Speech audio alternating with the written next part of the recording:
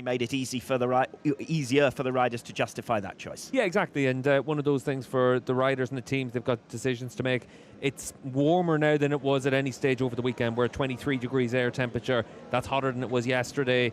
And the track's only going to get warmer and warmer, and then that's when the decisions really have to be made. The cooler the track temperature, usually with the Pirelli, you opt for the harder tyres, but 23, 30 degrees track temperature should be ideal for the Q as well.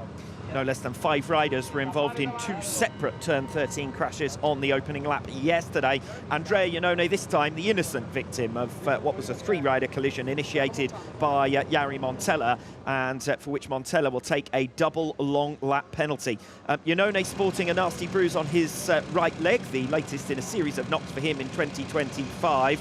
And as we said, ultimately the stewards judging Montella to have been a little too enthusiastic on that opening lap. He was trying to make a move on Jonathan Rea, collected Iannone, brought down Rea as well. And for Jari Montella, who hasn't scored in the Superpole race since Assen, it's a missed opportunity. This is the first time he's lined up on the second row of the grid. And obviously for Jari, the best he can hope for the grid for race 2 this afternoon probably is that 4th row of the grid, just because a double long lap penalty in a 10-lap Superpole race, it's going to be very difficult for him to come through and finish inside the top 9. On to the 3rd row of the grid, Jari Montella's teammate Danilo Petrucci lining up P7. Not the best of days for him yesterday.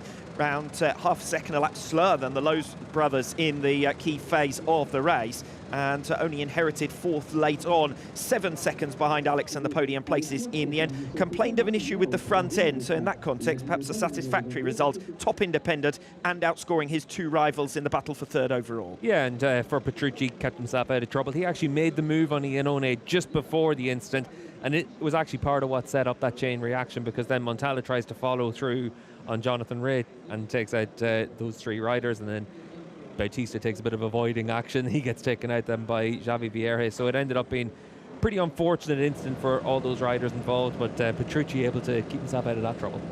Michael van der Mark, just 1 top 10 finish in the last 13 races for him, but has been a more competitive start to this weekend than we've seen from him really since Cremona. Suffered 2 crashes in race 1 yesterday, but he was 5th on lap 7 when he went down at the 180 hairpin. Yeah, and for van der Mark, needs to make another fast start, and we'll see what he's able to do over the course of this 10-lap race. BMW tend to use that harder tyre, so he'll, in all likelihood, be out there on the race tyre. But his pace has been good this weekend. Qualified well, and he's given himself a chance of a good Sunday now as well, but needs to come away with a top 9 finish. Yes, and we know this is a good circuit for him. Statistically, his best circuit, 7 podiums, including a victory, of course, in race 1 here in wet conditions a year ago. But he was able to finish 8th in last year's Superpole race and then 5th in race 2. So the potential is there for van der Mark to again qualify on that 3rd row of the grid. It's completed by Remy Gardner for the Superpole race, who did well to hold on ahead of Axel Bassani late in race 1 yesterday. Took 6th, matching the best of his results here in Magny-Cours last year, and his best result this season since Most. And Gardner now moving level with teammate Dominic Egerter in the championship, so bouncing back from a scoreless weekend in Balaton Park.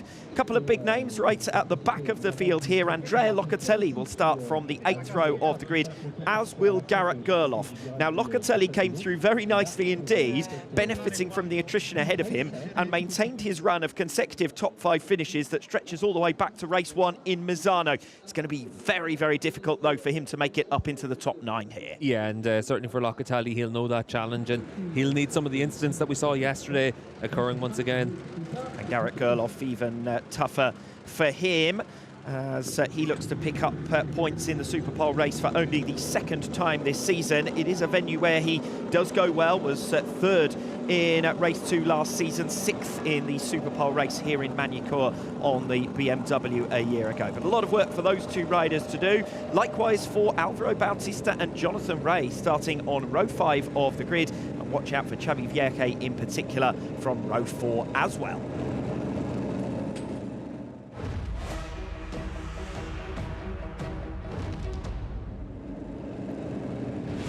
From 31 points behind after his last defeat in Most, 10 wins in a row have left Toprak Razgatlioglu 31 points ahead. He's now on double the number of wins of Nicolo Bolliger this season, 16-8, and there are no signs Toprak is slowing down. Yesterday, pole, lap record, he led every lap. Today, he's eyeing up another hat-trick. The main interest over the two races today is perhaps in the battle for third. In race one, it was Alex versus Sam Lowes. Of the other main contenders, Petrucci didn't have the pace. Locatelli started too far back, and Alvaro Bautista was caught up in opening lap drama. The main target for those three here is to improve their grid positions for this afternoon. Alex Raby and Steve English for this shorter Superpole race, which hopefully should be more entertaining than what we saw yesterday, but probably mainly because of the scraps behind the big two. Yeah, and just looking at the tyre sheet from Pirelli just to see what everyone's opted for, and it does look like quite a few riders have gone for that softer tyre, and we'll just keep an eye on what they're able to do at the front of the field. Alex Lowes out there on the Q tyre, Remy Gardner's out there on it, and then a lot of riders from that fourth row down, and no surprise to see Bassani, Javi Vierge and Domi Agata out on it. Andrea Locatelli, though, at the back of the field using the harder tyre, the X tyre, so interesting to see how that plays for him. And what's Alvaro Bautista's choice? He's another man to watch. Is it race tyre for him? Alvaro's out in the race tyre, the X tyre as well, so the tyre that he knows, but the wild card in the mix at the front of the field, Alex Lowes made a great start yesterday, was very fast in those opening couple of laps up against Toprak as well, so he's going to be trying to make that quick start and get to the front. But that third row of the grid, worth keeping an eye on for Remy Gardner as well. And for Alex Lowes and for the Bimotor, he has said it at stages this season, track position is very valuable for the Bimotor, so that will be a part surely of his thinking too. Yeah, it has to be, and the big thing for a lot of the riders is just trying to manage what their tyre is going to do during the course of the race, and it gives you that opportunity to make sure that you're in a position to be able to try and attack in these early stages, get that track position, and then it's about managing the fall as you go further down the order. Yeah, quite good in that sense, that it's the riders lower down the order who have taken that gamble, because we could see a fair amount of bunching in those early laps. This is a reminder of the championship standings. 31 points, as I said, on the grid is the gap between your top two, Toprak Razgatlioglu and Nicolo Buliga. The margin between Andrea Locatelli and Danilo Petrucci for third overall is 17 points, and Alvaro Bautista, after back-to-back non-scores, is a further 12 points behind, so at 29 now behind Danilo Petrucci in the battle for bronze. It's really important for Bautista that he gets up into the top 9 to give himself a shot at a better grid position, better challenge for the podium places in race 2 this afternoon. Exactly, and for Bautista, he needs to make sure he's in those top 9 positions. It's another one of those weekends where he's found himself in that first lap drama because he's qualified down the order. So riders making their way into position. Reminder, on the front row of the grid, we've got Toprak Razgatlioglu, Nicolo Buliga and Sam Lowes. Buliga made a sluggish start yesterday. He'll be looking for a better one here. And watch for Alex Lowes from the second row of the grids. Tissot Superpole race at the 2025 French round. Again, not the best of jumps from Sam Lowes, and Alex Lowes will be alongside him immediately in the run towards the first turn, but it's a good start from Nicolo Buliga, and it's Nicolo Buliga with the whole shot, heading Toprak Razgatlioglu for the first time this weekend. Sam Lowes did manage to fend off Alex Lowes for third position, so he'll be satisfied with that. Andrea Iannone in behind him in 5th position. We'll now watch for all of the position changes in towards the Adelaide hairpin for the first time. It'll be the first opportunity for Razgatlioglu to answer back on Buliga. He will pull alongside. Buliga tries to turn in. Razgatlioglu is already there. Buliga running all the way around the outside, but Razgatlioglu moves to block successfully. Is that enough to open the door to Sam Lowes? Not quite, and it's on as even at the front. We're back where we started. Razgatlioglu leading Buliga, leading and attacking Sam Lowes, who thinks about a move down the inside into the 180 hairpin on lap number 1, not quite close enough. Sounds fast in that change of direction, the right and left into the 180 corner. That's what gave him half a wheel to be able to attack on Buliga. We'll see if he's similar pace through the next chicane, the Imola chicane, but Buliga coming back to Toprak. Brilliant start from Michael van der Mark. He's up from 8th to 5th. Ahead now of Andrea Iannone, Danilo Petrucci 7th, and Jari Montella's dropped a couple of places on this opening lap down to 8th position. Remember, he will likely drop out of the top 9 pretty shortly because he's got a double long lap penalty. Similar to what we saw yesterday for Toprak with that harder front tyre, just a little bit more reticent at the start of the race. It took him a few laps to find that comfort level yesterday. That's why Buliga is sticking with him right now, but this is where it becomes important for Toprak to see if it's the same situation as yesterday. Sam Lowes versus Alex Lowes for the podium position. That's certainly the same situation situation as yesterday, except this time around it's Sam Lowes with the track position, and Alex Lowes with the softer tyre has not been able to utilise it just yet. Lap number 2, and Sam Lowes clambering all over the back of Nicolo Bulliger for second place. This is good to see from him.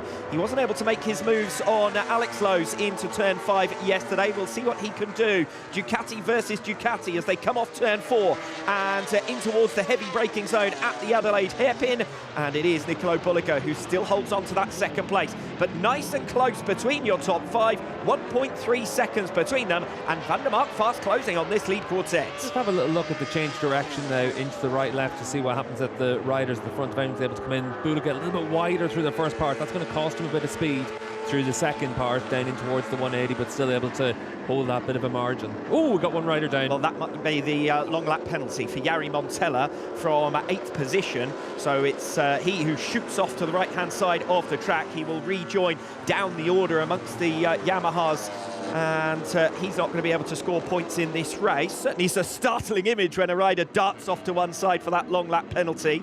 It moves Alvaro Bautista crucially up into the points paying positions, and that could be a lot of positions gained on the grid for race 2 this afternoon for him. Yeah, at least one of us paying attention to there to the 180 corner, but down in towards the bottom of the hill here. This is where Bulliger has actually been quite strong over the course of the weekend, and it's allowed him to bring himself back to top rack a few times, but as it is on this lap, top rack a 1/10 of a second faster, down into the 35s with that X tyre.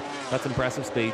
Yes, and only a 1/10 of a second away from the fastest lap set by Raz Gatlioglu for the race lap record in race 1 yesterday afternoon. Might be a little bit more pace still to come from Raz Gatlioglu, but he's already half a second ahead of Nicolo Bulliger. Sam Lowes 3/10 of a second further behind, another 3/10 to Alex Lowes, half a second now to Michael van der Mark. That early sprint beginning to drop away. Bit of a gap to Petrucci, bigger gap to Bassani behind, and your fight is Bassani versus Iannone and Bautista for 7th, 8th and 9th positions as Jonathan Ray attacks on the tail of Remy Gardner and comes through and up into 10th place. Xavi Vierke also punishing Gardner on the exit there and on the run towards the chicane.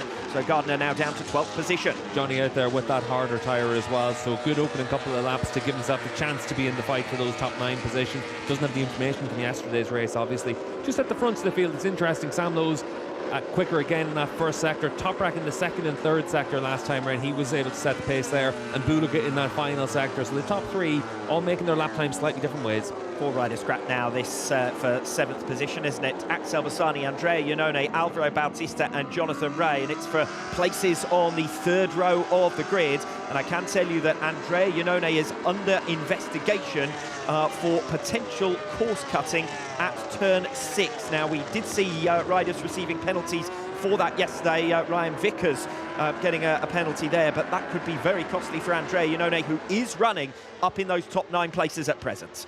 As we come on to lap number 4, Raz Gatlioglu leads by a fair margin now, with a new fastest lap of the race last time around, a 1:35.5.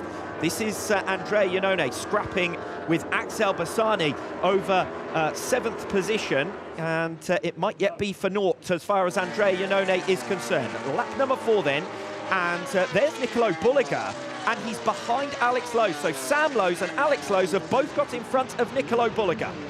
We'll see in a moment perhaps what happened there for Bulliger, but either way, 2 places lost. Bulliger ran off at turn 15. You'd imagine he's come down to the bottom of the hill, and he's gone in too deep, and that's opened the door for the Lowes to come through. But for Bulliger, it's going to be very costly. This is down in towards turn 15. Just going to see that he gets sucked in a little bit by Top Rack, loses a second and a half, loses 2 places, and that's critical now for Bulliger. So any hopes of challenging Top Rack Raz Gatlioglu for the race win surely over. Top Rack is over a second clear now, and it's Sam and Alex Lowes both in the podium positions, with Nicolo Bulliger behind them in 4th. And it took Bulliger 5 laps to get through on the pair of them yesterday in race 1. He's got to do the same work, but with fewer laps to do it now. 6.5 to go. And Alex has that Q tyre as well, the softer tyre available to him, so we'll see if that gives him a benefit in these stages of the race too. Second back to Van der Mark for 5th position. Van der Mark is losing a few tenths of a second a lap to Danilo Petrucci, so a lap or so and we might have a bit of a race on for P5. Iannone has been confirmed that there'll be no further action taken against him. That'll be a relief. He continues on to defend 5th place with Bassani behind him, 2 tenths of a second in arrears, another 3 tenths to Bautista and 1 tenth of a second to Jonathan Rea. So at the moment, your race is for 7th position, Iannone, Bassani, Bautista and Rea. Yeah, and for Bulaga, we can see there, he was the fastest rider on track last time around. Bit of an angry lap as well. He set the pace in Sector 1. He went 3 tenths of a second faster than he had at any stage in this race so far. So he's been able to get himself back onto the back end of Alex Lowe's now. Yeah, faster than Alex Lowe's, faster than Toprak Razgatlioglu, but Sam Lowe's is fractionally faster than the pair of them, and this is a great opportunity for him as Jonathan Rea gets down the inside of Alvaro Bautista. Well, those two used to scrapping it out for podium positions at the front. We remember their titanic duel over the 2019 World Championship. They're only fighting for 9th place here, but it's a crucial one for Jonathan Rea, given that he originally qualified down on the 5th row of the grid alongside Bautista. The two of them have come through the field together, and it's Rea now up into the points-paying positions and Bautista down to 10th. Both of them using the X tyre as well, so neither of them using that softer tyre available in the Superpole race, but 9th position critical for being able to be on those front 3 rows of the grid. Rea was commenting yesterday that he felt he had the pace to be on the front 3 rows of the grid in Superpole, just mistimed his final run, and it cost him, only qualifying down in 13th place. He's back up into those top 9 positions now, but we don't know what his pace is going to be like by the end of the 10-lap distance, because we didn't see him complete even one yesterday. He was one of the 5 riders involved in that turn 13 melee on the opening lap. As we watch Nicolo Bulliger coming back into the race now, he dips into the 1:35s last time around, so only 2 tenths away from Alex Lowe's now in 3rd position. But Alex can do a bit of rear guard action here in helping Sam to get onto the podium after yesterday, of course, where they were the other way around. How long can Alex Lowe's defend against Nicolo Bulliger? We saw Lowe's did a great job defending against Sam Lowe's in towards turn 5 yesterday. He hasn't got quite the same answer against Nicolo Bulliger, who is through and released up into 3rd place. Yeah, Bulliger just able to make the move earlier through there. If you come down that inside through the kink, you've taken the high ground, and Bulliger able to move himself onto those podium positions. Razgatlioglu, meanwhile, 1.4 seconds ahead of Sam Lowe's. 4 tenths is the gap to Nicolo Bulliger, so he should swiftly be onto the tail of Sam Lowe's. Couple of laps, and you'd fancy his chances of making his way through. Behind them, Michael van der Mark, only 2 tenths of a second ahead of Danilo Petrucci as we recover the battle for 2nd position, and Sam Lowe's has gone down to 4th place. So Lowe's from 2nd to 4th, and you'd assume that was an error from Sam, but it's certainly a bit of a gimme for Nicolo Bulliger. He's back up into 2nd. Yeah, and Bulliger, after his mistake, he's 2 seconds, 2.5 seconds down on Toprak now at this stage. So for Bulliger, this is the progress he can make, and it's trying to make sure he gives up as few points to Toprak as possible, already starting just to stretch out those extra couple of bike lengths from the Bimoda behind him. Well, barring further errors from this trio, your next pass should be for 5th position between Michael van der Mark and Danilo Petrucci. I've been saying Petrucci was closing at 2-3 tenths of a second a lap. Well, he's already in front of Michael van der Mark for 5th position. A second then is the gap back to Andrea Iannone in 7th. Then Axel Bassani and Jonathan Rea. And Alvaro Bautista 4 tenths down now on Jonathan Rea. And that's Sam Lowe's in the gravel trap. So he'd already lost 2nd position and dropped down to 4th place. And a second crash in 2 races, unfortunately, for Sam Lowe's, and he is furious with himself once again here in Magny-Cours. Yeah, and it's going to be the 4th row start for Sam as well in race 2 as Petrucci and van der Mark continue to trade places. This is van der Mark trying to come back at Danilo Petrucci, who came through at the end of lap 6, and is that Alvaro Bautista down from 9th position. He clipped the back of Jonathan Rea, and did Jonathan Rea survive unscathed there? Bautista is furious because, of course, he knows that he'll be starting back on the 5th row of the grid once again in race 2 this afternoon. It's all drama on lap 7. Petrucci managing to defend against Michael van der Mark. Your new positions now from 6th place down. Iannone, Bassani, Rea and Vieche now up into the points. Jonathan Rea tags the back of Andrea Iannone. Bautista has nowhere to go. And he said at the end of the day yesterday that he ought to get a lottery ticket because his bad luck can't continue forever, but I'm afraid it has continued in this morning's Superpole race. Yeah, and for Bautista, you can see there in the instant that Iannone gets close to the back of Bassani, has to almost close off a little bit, and then that creates the the accordion effect where it brings Jonathan Rea into it, and then Bautista as well. It's something that can happen on a slow corner, 50-odd kilometres an hour at its slowest, and they're tripping over one another there. But it does mean that there's an opportunity for the likes of Remy Gardner, who at the moment is 12th. Andrea Locatelli is up to 11th. If his pace is good enough, he is faster than the men in front of him, but how quickly can he close with only 3 laps to go? Dominic Egerter, who's in 10th, is only 0.3 of a second back from Xavi Vierke. Vierke, who started 11th, is now up to 9th, so a chance to start from the 3rd row of the grid. But this is looking good for Jonathan Rea at the moment to hold on to a place in the top 9 as Van der Mark tries to attack back on Petrucci. Big moment there, under braking for Dominic Egerter just at the back of this group. He's pushing hard because he knows there's a chance for him to take a place on the 3rd row of the grid. Remember, he originally qualified in 12th. He's now up to 10th place. Lap 8 of 10, I should say.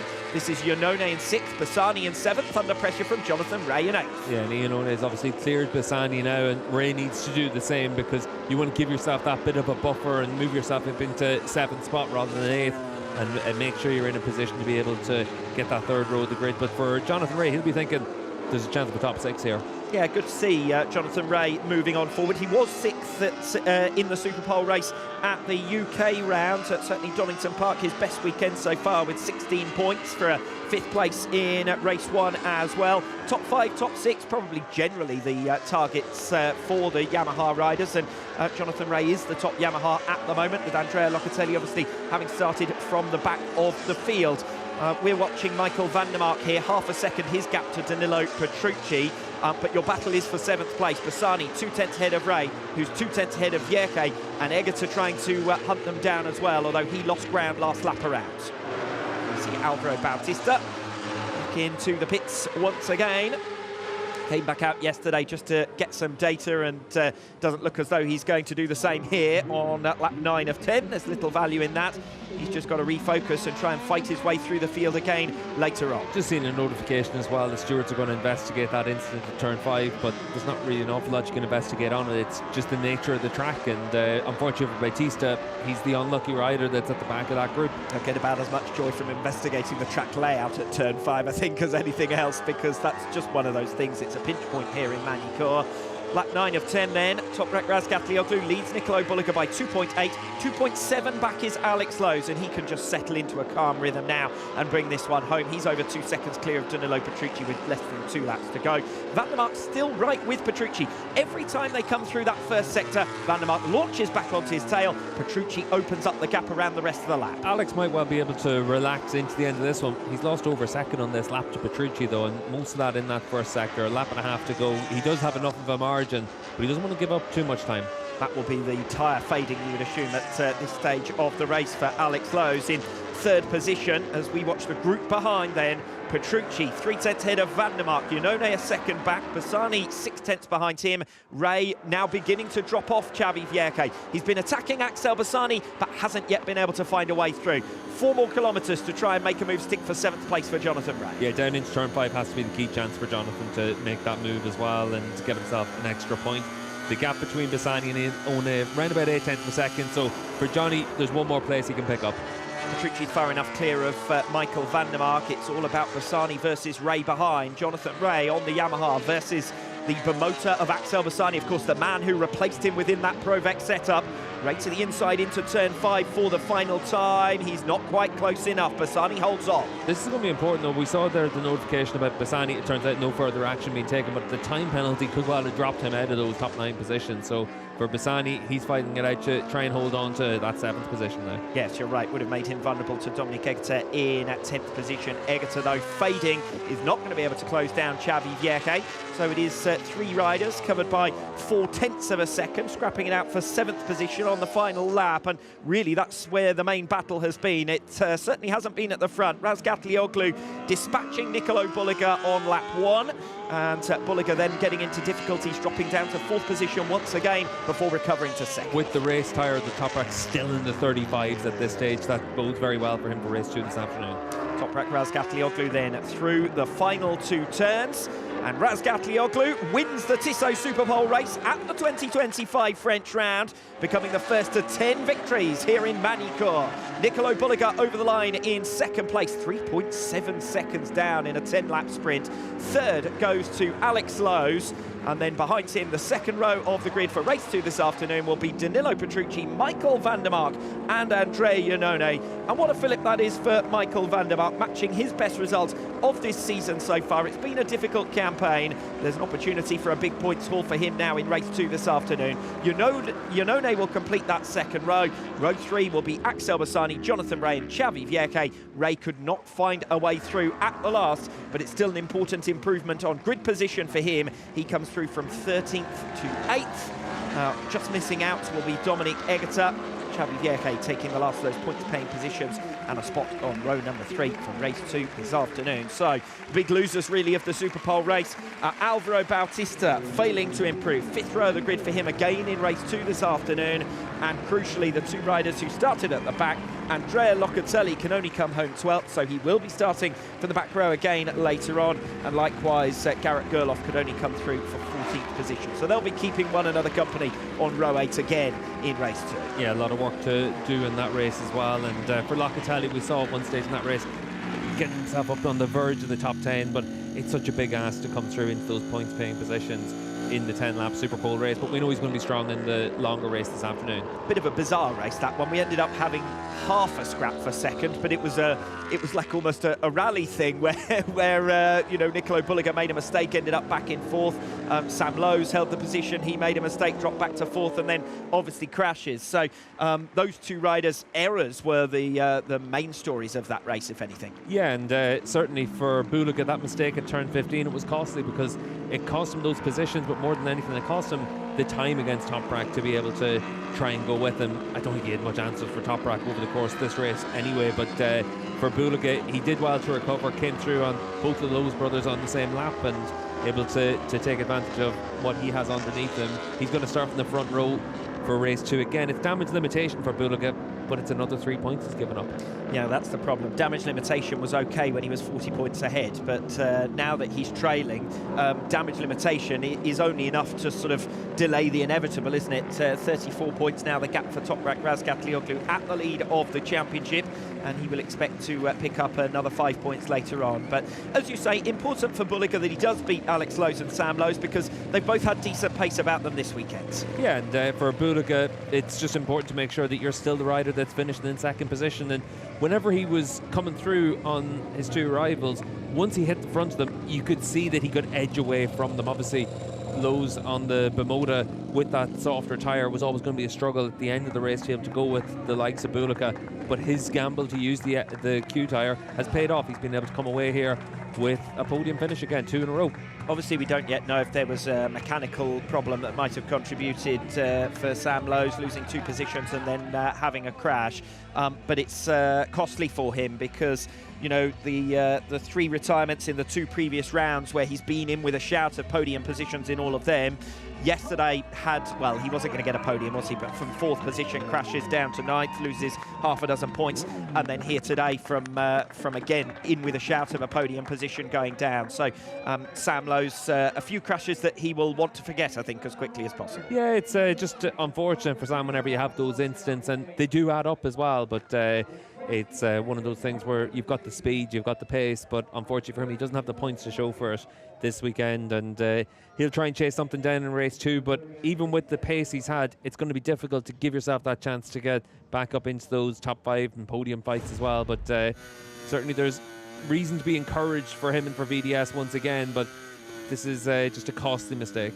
Yeah, kind of the story of his season in a sense, that he hasn't got the points that his pace has suggested. There have been a variety of circumstances around that, but when you look at him 6th in the World Championship, when his pace is at its best, he ought to be, you know, among that lead trio almost. We've seen it in Superpole again yesterday, Razgatlioglu, Bulliger, and then Sam Lowes. So, yeah, for Lowes to have a 9th and a retirement is not representative of the pace he's shown through practice and certainly in that Superpole session. Yeah, definitely. And when you look at the performances that we've been able to see in recent rounds, he's got that speed to go with those riders, and it's just going to take one result for him to give himself the chance to be able to get the podium, get the chance to challenge for a race win. And then suddenly it does seem that the floodgates could easily open for him, but it's about giving yourself that chance. Brief word on a couple of the other riders who didn't make it onto the podium here. Axel Bassani, where we've just been told that he will drop 1 position for exceeding track limits on the final lap. So that will promote Jonathan Ray up into 7th, Bassani down to 8th. But nonetheless, for Axel Bassani, that's 5 races in a row that he's finished inside the top 10 positions, confirming a step forward for him. But for Alex Lowes, it is back-to-back podiums on the Bimotor. Well-earned 3rd position here this afternoon, and he will be looking to make it 3 podiums from 3 later on today. As far as the championship, Razgat Lioglu 34 points clear of Nicolo Bulliger, and Danilo Petrucci with 4th place. Andrea Locatelli failing to score opens his gap further still in the battle for bronze, with another scoreless race for Alvaro Bautista as well. So Petrucci not quite at his best, you'd have to say, this weekend so far, but still building points quite nicely, and consistency and finishing races, again the calling cards for Danilo Petrucci. Toprak Razgat Lioglu, Nicolo Bulliger and Alex Lowes, your podium trio. It's back-to-back 3rd places for Lowes at the start of the weekend here in Manicourt. Alex Lowes, 2 podiums so far this weekend. A very good, solid weekend for Bimotor. Yeah, we took a bit of a gamble on the grid, went with a Q tyre, and honestly, the last 4 or 5 laps, I was really struggling on the bike. So luckily, we made a good start. It's good experience for us. Normally on the Kawasaki last year, on the Bimotor in some of the races, we've usually been the one on the hard tyre coming forward, but yeah, we're still learning and testing a little bit, and we wanted to understand the Q tyre in slightly hotter conditions with a view to next year. And yeah, the last few laps were hard. Good race. Got to be happy with another podium, and I'm looking forward to this afternoon. It's going to be different again. A lot of hot conditions, probably some of the nicest conditions we've ever had in Magny-Cours. So I appreciate the support, and I look forward to the race this afternoon. Well done, Alex. Thank you. Thank you. It's nice to think, isn't it, that he can have a Superpole race like that where he's on the podium, and Alex Lowes is already with one eye on next season and evaluating and improving further still. Yeah, and for Bimotor, we've been able to see this weekend's gone well for them, with Bassani able to come away with points in this race as well, and both riders qualifying inside the top 10. It shows that the potential's there for the package, and at the end of the day, for the team, they've got to try and figure out, with only the data for 2 bikes, what they're able to do to make their steps forward. 2 podiums out of 2 this weekend for Lowes. We know how good he is here at Magny-Cours. He's been a pole sitter here in the past for Kawasaki, but this is a really important moment for him and for the team, because they could well go into race 2 with a chance of 3 from 3. Second place for Nicolo Bulliger yet again. An upside down and topsy-turvy race for him from 2nd to 4th and back again. It's 2nd place for Bulliger. Nicolo Bulliger, a tricky Superpole race there, having to fight back from 4th to 2nd. Yeah, I did a mistake because I'm a bit on the limit with my bike at the moment, and I was trying to follow Toprak, but honestly he's very strong here, and was not possible. So I did a mistake, but anyway, then the important was to recover until P2. Thank you, Nico. Thank you.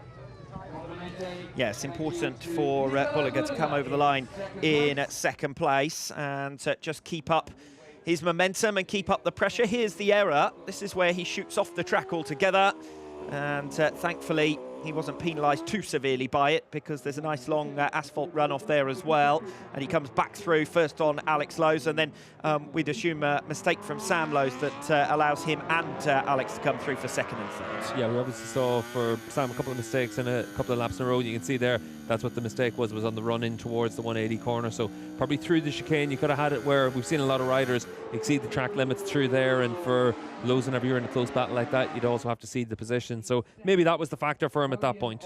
Yes, Nicolo Bulliger then coming away with 2nd place in the Superpole race, but it does mean he loses another 3 points to Toprak Razgat Lioglu, and another win in a row. He's one away now from what would be a 4th consecutive hat-trick this afternoon, and Toprak Razgat Lioglu is the first ever rider to 10 victories here in Manicourt. Toprak, well, what can we say? Another dominant victory and 10 wins now here at Manicourt. I'm really happy. I did 10 wins in Magny-Cours. This is incredible for me. And I'm really happy also I did very good pace in the Superpole race. But, you know, we have one more race. This one's more hard because 22 laps. Anyway, you know, I'm ready because I need 3 wins here. And we will see, you know, this is the motorsport and everything is possible, but looks like we are ready for the fight again. Well done, Toprak. Thank you. Yeah, ready for a fight. Wasn't much of one there, was there? Nicolo Bulliger makes the start. That's the first time Razgatlioglu's been troubled at all this weekend. Yeah, you've got to have it where Toprak has to come through the Perforique maybe later on today. That might be the challenge for him. This was the move into turn 5. It's a good start from Bulliger today, but ultimately having Toprak behind you on the run down in towards turn 5 is always going to leave you vulnerable. And Razgatlioglu comes straight back through by the end of the opening lap, so leads every lap. Fastest lap of the race as well, by my reckoning. That will give him the Pirelli Best Lap Award as well. So that's already the first thing ticked off. I think we can expect Supersport Manufacturers Championship to be ticked off this afternoon, and one race at a time, we're moving ever closer to what at this stage seems like an inevitable title success for Toprak Razgatlioglu. Yeah, it certainly does now at this point. 34 points. You're relying on difficulties for Razgatlioglu, and when you've got 11 wins in a row and the championship lead, it just makes it more and more difficult for Bulliger and for Ducati. And for Ducati as well, in terms of the manufacturer's stand, there's only 8 points between them and BMW. So you'd certainly expect that Ducati will still lead it leaving this round. But after the next race in Aragon, could well be where BMW lead that championship as well.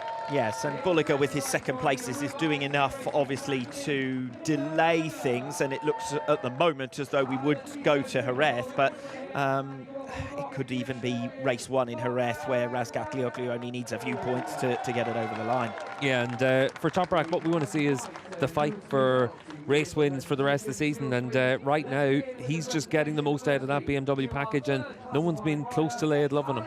Yeah, you're quite right. More perhaps than focusing on the championship, in the remaining races, we probably need to be focusing on, can anyone stop Toprak, or does Toprak go away by extending his run of consecutive victories? Obviously, he managed 13 in a row before his injury here in Magny-Cours last season, and that is 11 in a row in 2025. Yeah, and for Toprak, you can see there was Jules Cluzel able to take his trophy here for the race win in the Tissot Superpole race, and he'll certainly be expecting a bigger trophy in a few hours' time. And slightly different schedule for today, with Superbikes last out on track at 3:30.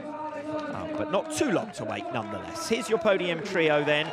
Alex Lowe's career podium number 49, second in a row, and third this season. Also his 8th here in Magny-Cours. Second place for Nicolo Bulliger, podium number 46 for him. It is 3 second places in succession, 22nd podium of this year. Toprak Razgatlioglu, it is career win number 74, 17th win of this season, and his 10th here in Magny-Cours, the first rider to reach that mark. Post-race penalty for Axel Bassani demotes him to 8th position. That moves Jonathan Rea up into 7th.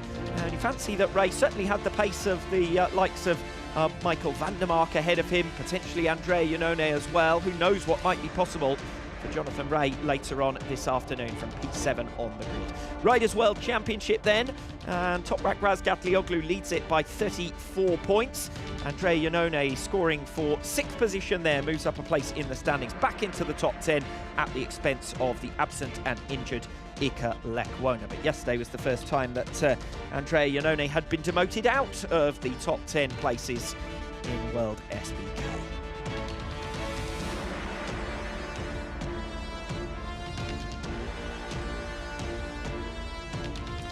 Manufacturers Championship, and as Steve said, gap reduced to 8 points. Razgatlioglu with the 12 for BMW, 9 for Nicolo Bulliger. And 3 different manufacturers on the podium here this morning. Promoter moving ahead of Honda in the Manufacturers World Championship, with Alex Lowe's scoring 7th for 3rd. Here, Tissot Superpole Award, Razgatlioglu 12 points, Nicolo Bulliger 9, and 7 for Alex Lowe's. But that one with 38 points between the top 2 looking settled.